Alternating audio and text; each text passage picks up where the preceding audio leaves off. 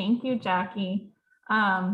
So yeah, if I don't know you, my name is Jessica Weiler, and I am one of the counselors here at Gavilan, and I am the dedicated nursing counselor. So I'm going to talk a little bit about our program next, but first I did want to share information about CSUMB's BSN program. They are a great partner for us at Gavilan, and they several of our students transfer there every year. They have a really convenient opportunity for our students to start the BSN program while you're still in our program. And our program is in the process of being restructured to where we'll have a 2-year RN program, which it's in the works, and the plan is to have it available next fall, so fall of 2022. That's the hope. And so once it gets restructured to the 2-year RN program, this process of starting at CSUMB will be even a little bit easier. And so I'll kind of go over that. Sean, if you want to share the slide that Candy gave us, just so that you will have her information. She's the nursing advisor over at CSUMB, and she is awesome, very friendly, very available to our students. She's always available to answer any questions, and she basically will help you in the process of transitioning over to CSUMB. So we can leave that up there for a minute while I talk. And then I'm going to share their website so that we can go over some of the information about admission requirements and things like that. Now, for students who plan to transfer to CSUMB or any other CSU after finishing our nursing program, they do need to apply to CSUMB a year before they plan to transfer. So whether it's, again, San Jose State, CSUMB, Chico State, anywhere, you do want to apply to transfer a year before, and you would be transferring into their BSN program. So that's something just, to kind of plan ahead.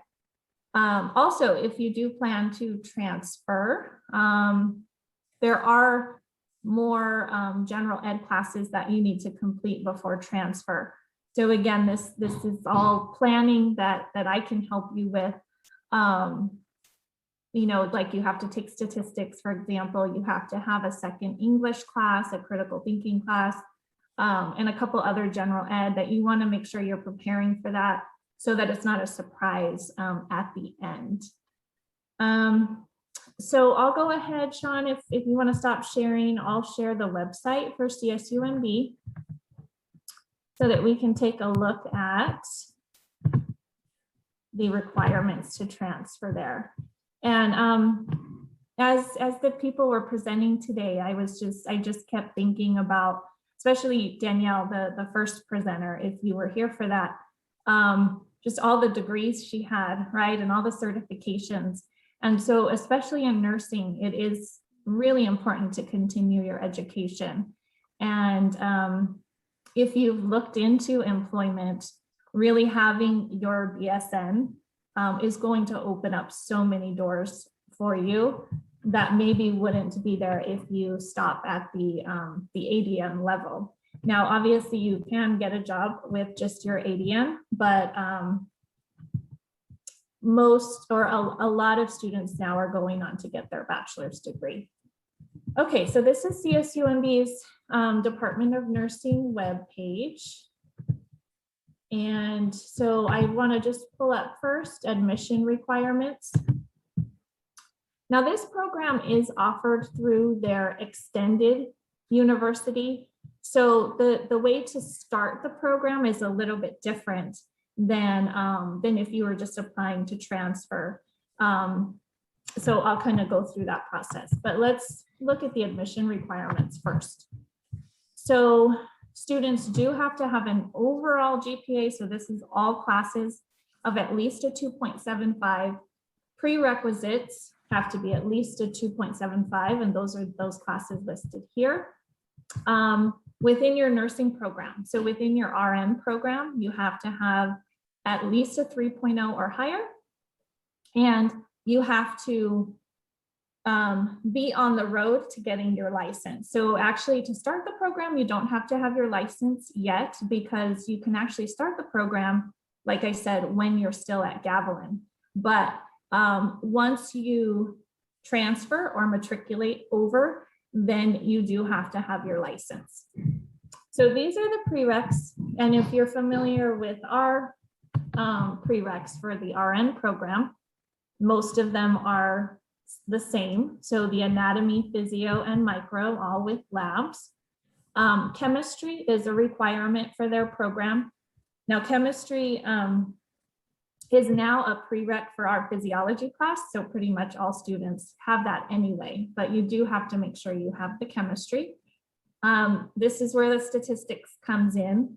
The critical thinking course, that's either English 1C or Philosophy 4 at Gavilan, English 1A, and you're going to have that anyway. The oral communications is public speaking, and then again, passing the NCLEX. So how to apply? So you would fill out the Cal State Apply application, but this would be when you actually were going to transfer over.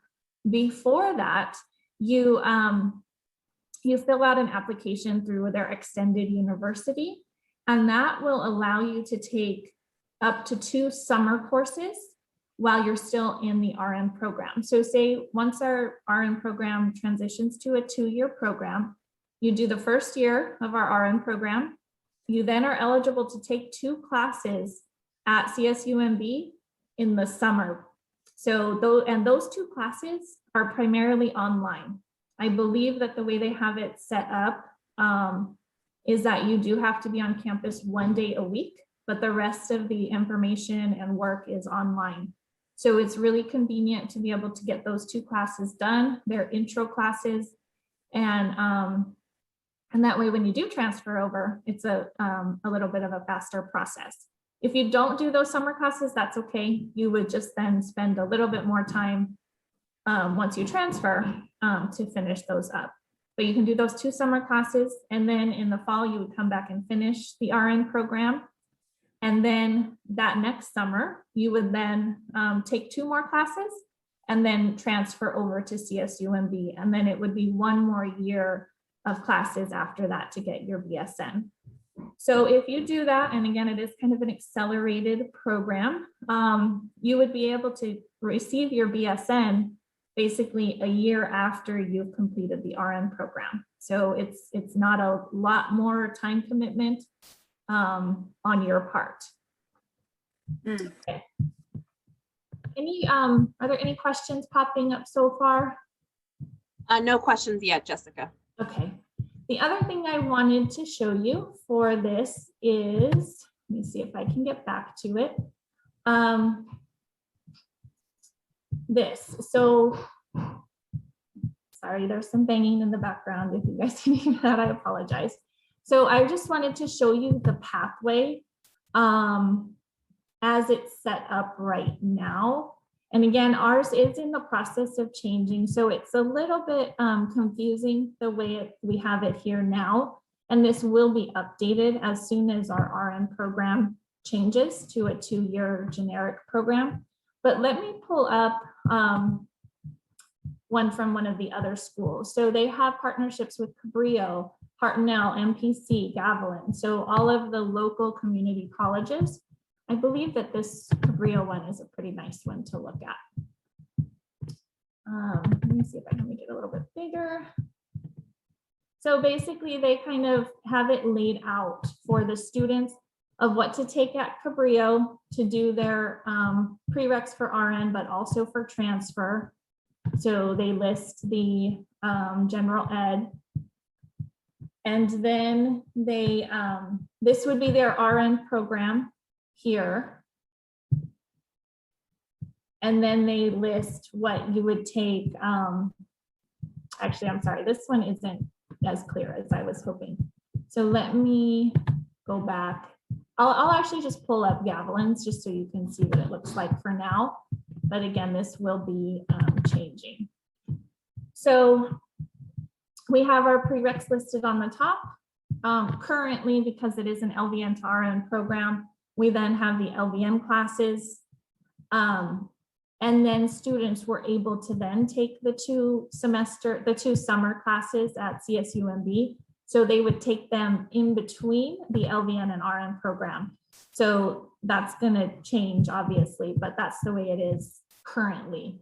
And then you would take the RN classes and then transfer over. And then this shows the extra general ed that is needed before transferring. So that's kind of what the pathway looks like. And again, it's a great opportunity. The students that I know that have utilized this and transferred over to CSUMB really like the program. The staff, the faculty, the advisor, they are all very welcoming, helpful, and it's a great partnership that we have. But obviously, if you want to transfer to other state schools, it's going to be a similar process, similar as Danielle mentioned in her presentation earlier on. She did the San Jose State Bridge program. So there are a lot of opportunities out there. All right. So any questions about that? No questions. Okay.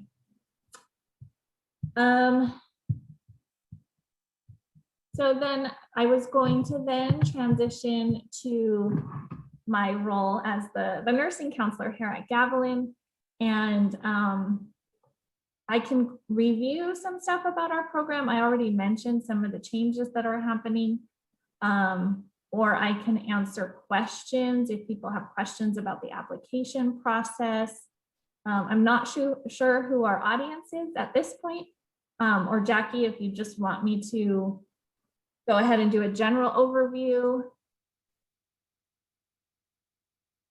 Thank you, Jessica.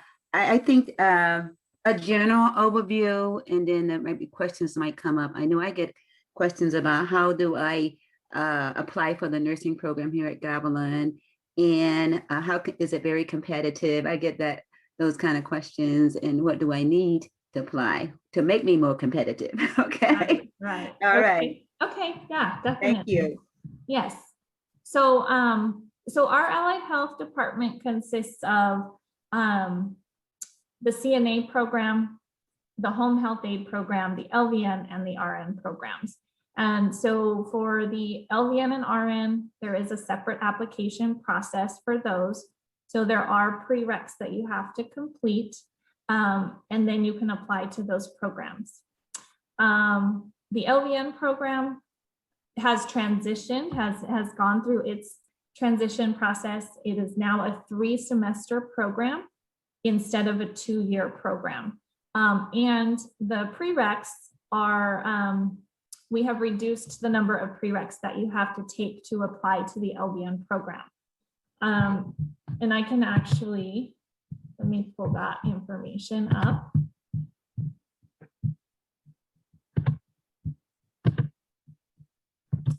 So to apply to the LVN program, these are the prereqs, and this information is on our website.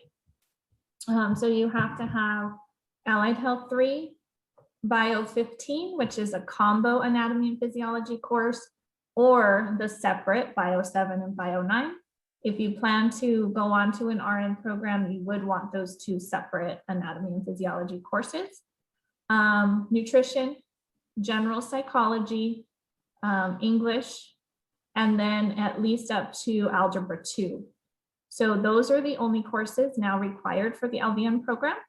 So once a student is completing those prereqs, they would apply to the program. We currently have a cohort of LVN students. And so we won't be accepting applications for this program again until next April of 2022.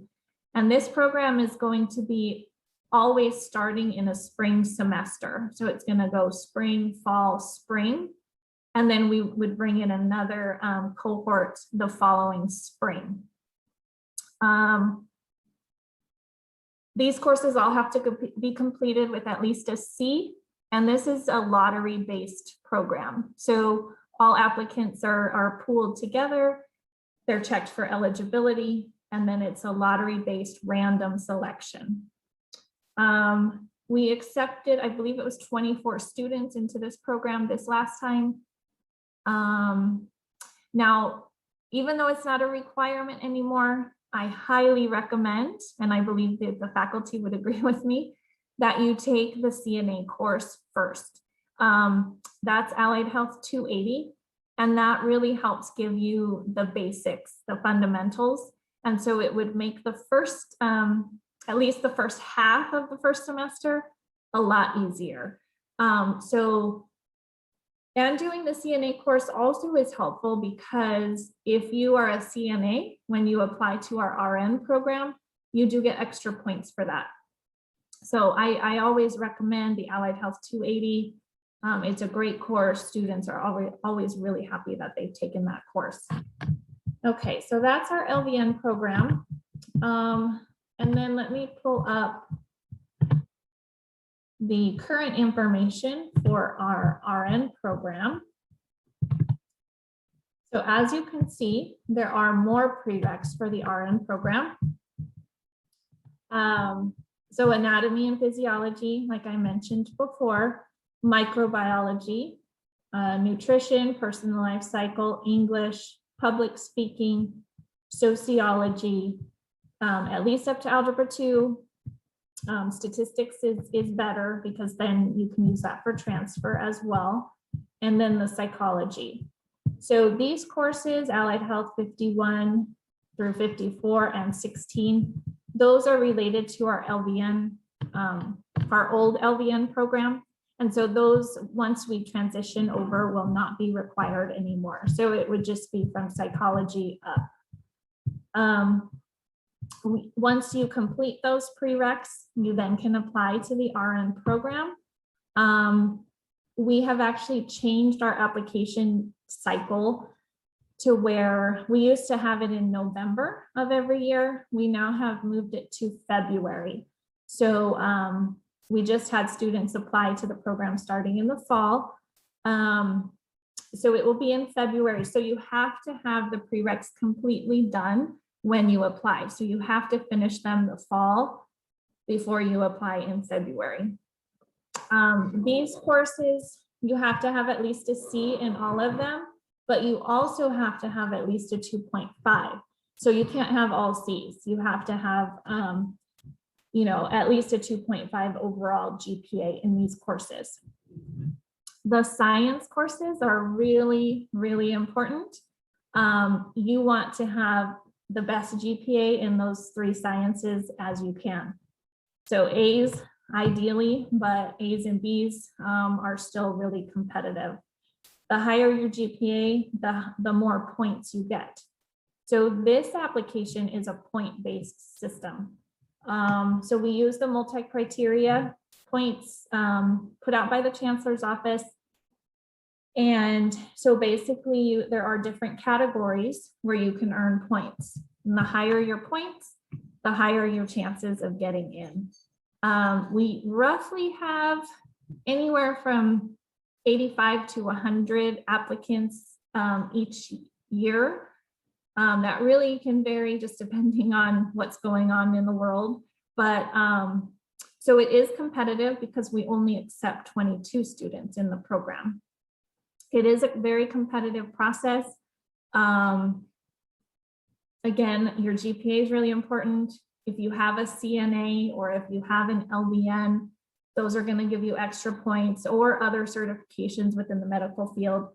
And those are all listed on the multi-criteria sheet.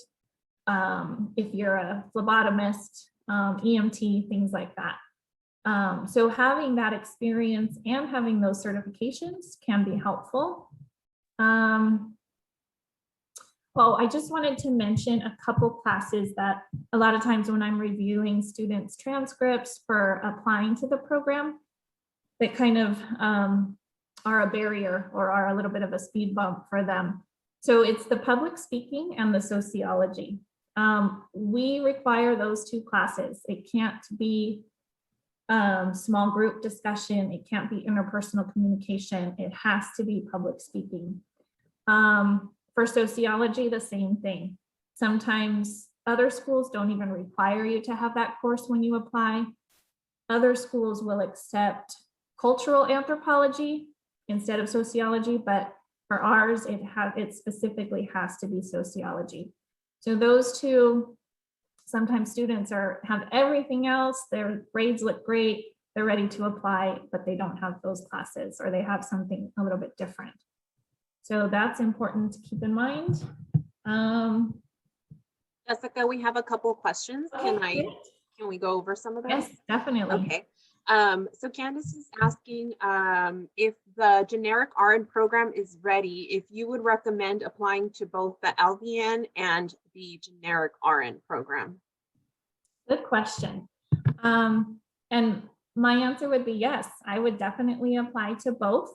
That way, as long as you're okay with, if you get into, say, the LVN program, doing that, the 3-semester program, and then applying to an RN program after that. So it's going to be a little bit more time, right? But my feeling is at least it's a step in the right direction, right? So I would apply to both. And if you get into the RN program, obviously you'll choose that one. But if you don't and you get into the LVN, then you'd have to decide if that's the road you want to go down. Great, thank you. Mm-hmm. She's actually also wondering if she has statistics, does she need to go back and take algebra? No. So if you have statistics, that kind of trumps the lower level math. So you do not need to do that. Great. And then she was just wondering how many applicants we receive for the LVN program in general. And I'm happy to answer that one since they come my way. Mm-hmm. But we normally get about 100 applicants for both the LVN and then another 100 for the RN. Normally, that's around a general average number. Thank you, Eva. Yeah, of course. Jacqueline, any other questions that you get from nursing students that I didn't cover? Unmute. I can say that from what I observation and students come and study, they're excited about the nursing program. And in the nursing program, I noticed the students work together as a group and they study together and they support each other. And I was very impressed with how the teamwork is over there with the staff and also with the faculty and the director. So it's an excellent program when I see. And they'll come in and tell me how they did and, what the next test they're taking and everything. So I want to give you all the compliment of what an excellent program you have over there at LI Health. And I'm proud to be a part of this. Yeah, I agree, Jacqueline.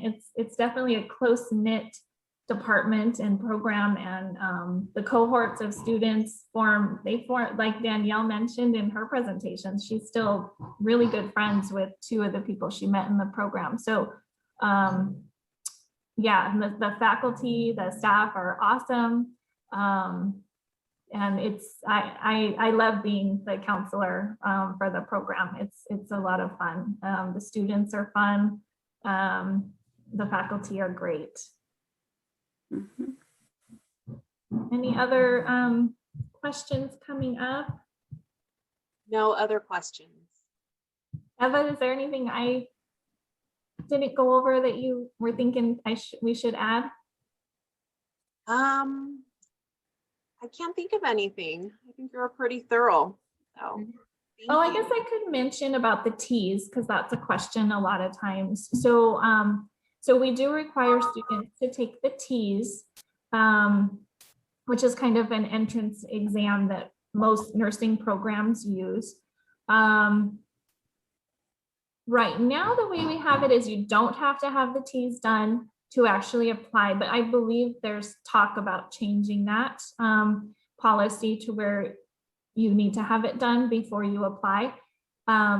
So my suggestion with the T's is to study before you take it.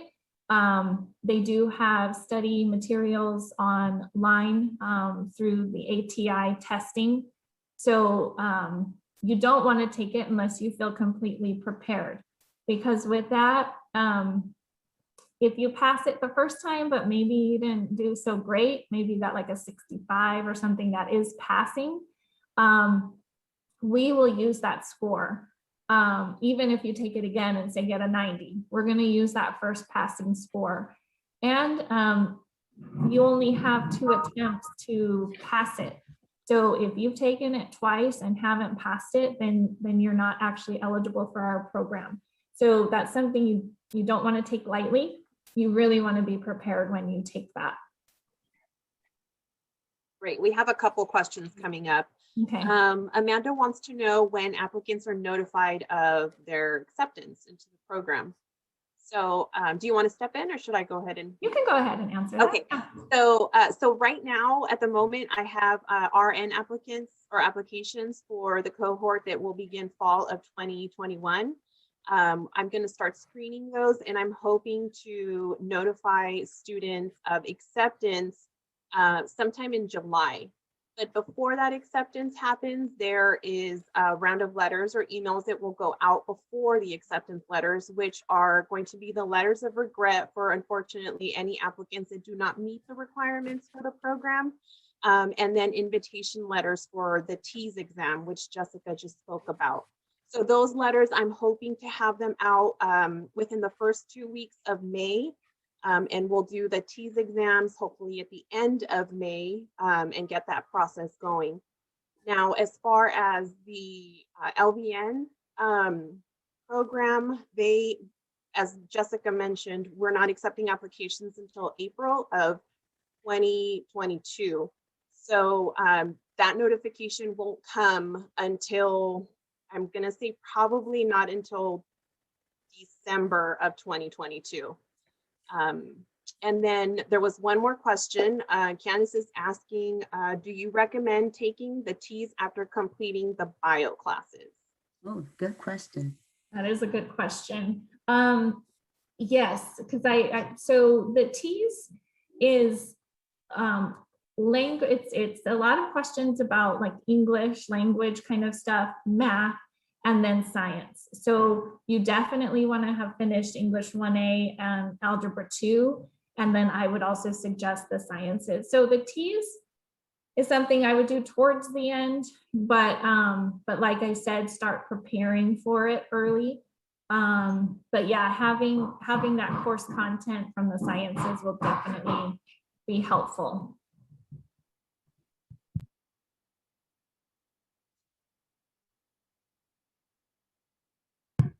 The only other thing I wanted to mention is, even though we absolutely want you to come to Gavilan's nursing program, I do recommend to students to look at other schools in the area, because all programs are competitive. It's good to plan to apply to not only Gavilan, but Hartnell, MPC, Evergreen, Cabrillo, and all of the prereqs can be a little bit different. So you want to make sure that you're looking at all of those schools. That way you don't have any surprises when you're going to apply and realize, oh, I don't have that prereq. So start early, look at them. And I'm always available, obviously, to meet with students to look over all of the different requirements.